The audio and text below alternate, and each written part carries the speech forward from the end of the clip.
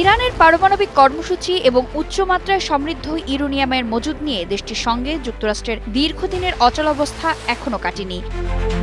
Iran এই কর্মসূচিকে তাদের সার্বভৌম অধিকার হিসেবে দাবি করে। ওয়াশিংটন চায় তেহরান যেন স্থায়ীভাবে ওই কর্মসূচি ত্যাগ করে এবং সমস্ত ইউরেনিয়াম হস্তান্তর করে।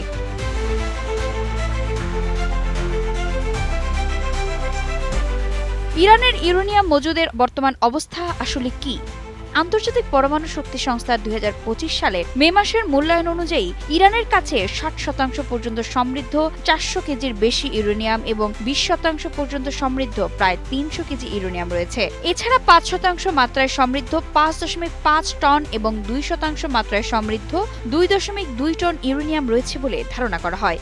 এই উপাদানগুলো সরাসরি পারমাণবিক অস্ত্র তৈরির উপযোগী নয়, তবে কারিগরি সক্ষমতা থাকলে মাত্র কয়েকদিনের মধ্যেই একে ৯৯% সমৃদ্ধ করে পারমাণবিক অস্ত্রে রূপান্তর করা সম্ভব।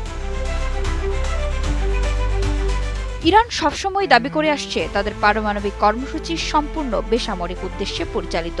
এখন আসল কথায় আসি, দেশটির মজুত করা ইউরেনিয়াম এখন কোথায়? সমৃদ্ধ ওই ইউরেনিয়াম আসলে কোথায় আছে তা নিয়ে বিতর্ক রয়েছে। ২০২২ সালে তেহরান তাদের পারমাণবিক স্থাপনা থেকে IAEA এর পর্যবেক্ষণ ক্যামেরা সরিয়ে নেয় সংস্থাটি এর সঠিক অবস্থান সম্পর্কে নিশ্চিত হতে পারছে না।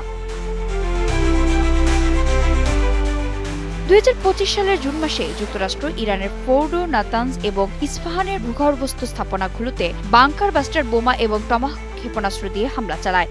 মার্কিন প্রেসিডেন্ট ডোনাল্ড ট্রাম্প তখন দাবি করেছিলেন সমৃদ্ধকরণ কেন্দ্রগুলো পুরোপুরি ধ্বংস হয়ে গেছে। তবে মার্কিন প্রতিরক্ষা দপ্তরের মূল্যায়নই বলছে ওই হামলায় ইরানের পারমাণবিক কর্মসূচি বড়জোর ২ বছর পিছিয়ে গেছে। অন্যদিকে ফরাসি পত্রিকা লে মন্ড এক প্রতিবেদনে ইঙ্গিত দেয় যে হামলার ঠিক আগে ইরান তাদের মূল্যবান ইউরেনিয়াম সম্ভবত ইস্পাহানের গভীর ভূগর্ভস্থ সুরক্ষিত স্থানে সরিয়ে নিয়েছিল। সম্প্রতি পাকিস্তানের রাজধানী ইসলামাবাদের আলোচনায় মার্কিন ভাইস প্রেসিডেন্ট জেডি ভ্যান্স ইরানকে ২০ বছরের জন্য পারমাণবিক কর্মসূচি স্থগিতের প্রস্তাব দিলেও ট্রাম্প তা নাকচ করে দেন। তার মতে এই সময়কাল যথেষ্ট নয়। ইরানও তাদের কর্মসূচি ত্যাগের দাবি প্রত্যাখ্যান করেছে। তার বদলে তারা প্রস্তাব দিয়েছে উচ্চমাত্রায় সমৃদ্ধ ইউরেনিয়ামের শক্তি তারা কমিয়ে ফেলবে। পরবর্তী ৫ বছর ইউরেনিয়াম সমৃদ্ধকরণ বন্ধ রাখার কথাও বলেছে ইরান। দেশটির পররাষ্ট্র মন্ত্রণালয়ের মুখপাত্র ইসমাইল বাঘাই স্পষ্টভাবে জানিয়েছেন, সমৃদ্ধ ইউরেনিয়াম অন্য কোনো দেশের হাতে তুলে দেওয়ার বিষয়টি তারা মানবেই না।